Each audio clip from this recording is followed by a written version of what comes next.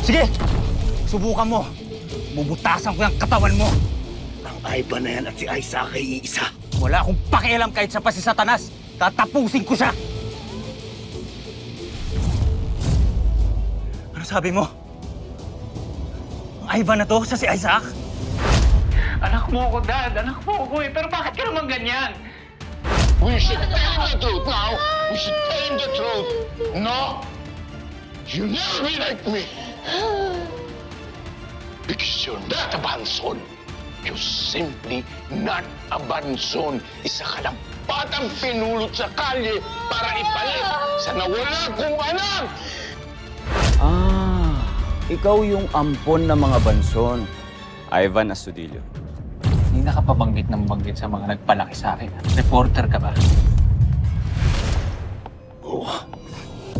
At magkasama pa sila ng tinuring mong ina na si Donna Banson. Nakalabas si Mami. Asan siya?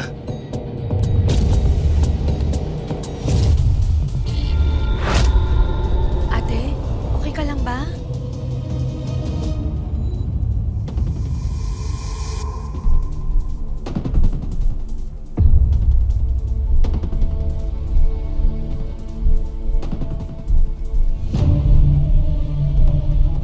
Magsipaghanda kayo.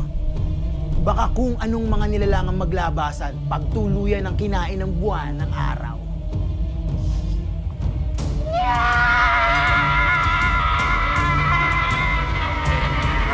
Ano sabi mo? Ang Ivan na to? Sa si Isaac? Matapang lang kayo dahil may hawak kang baril. Di ba? Lolo, umangog daw! Nagsisimula na ang epekto ng duyog! Tumakbo ka na! Laya, mauna ka na sa Isla Pangil. Tapang ka lang dahil may baril kang hawak. Ano? Sige. Ito lang ba? Bubuling ko kayong dalawa eh. Ito? Oh. Sige. Ano? Malis ka na. Ako nang bahala sa Isaac na to. Sige na, Lolo! Ano bahala dito? Martin! Men, tika na. Lakas sa loob mo kalabanan yung kapatid mo. Pwes, uunahin kita. Tumaibig ka nga! Puro ka sat-sat. Para lang sabihin ko sa iyo, si Lolong lang ang tinuturing ko, kapatid!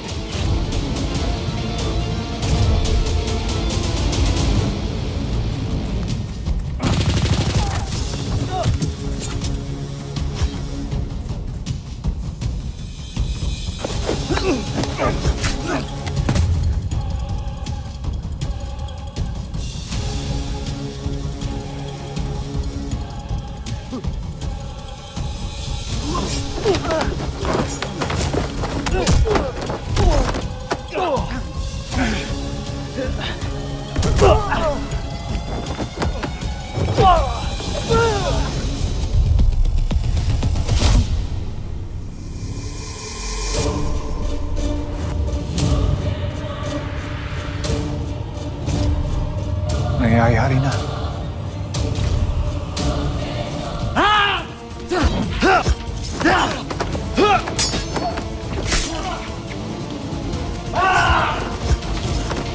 Sinasabi ko na nga bang amoy ko'y kagaspangan ng ugali mo eh.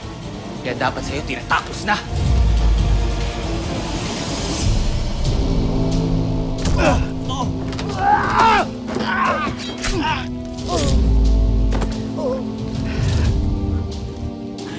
Nangyayari na.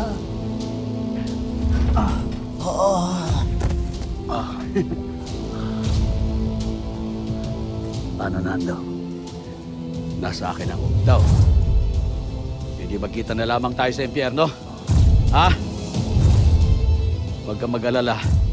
Sasalubungin kita ng banda. Ay, hindi pala. Mas maganda kung sasalubungin kita ng bomba.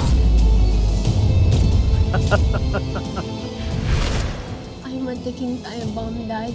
No? Dahil hindi ako papayag, anak, na mawala ka. Because I will do everything, anything in my power to save you.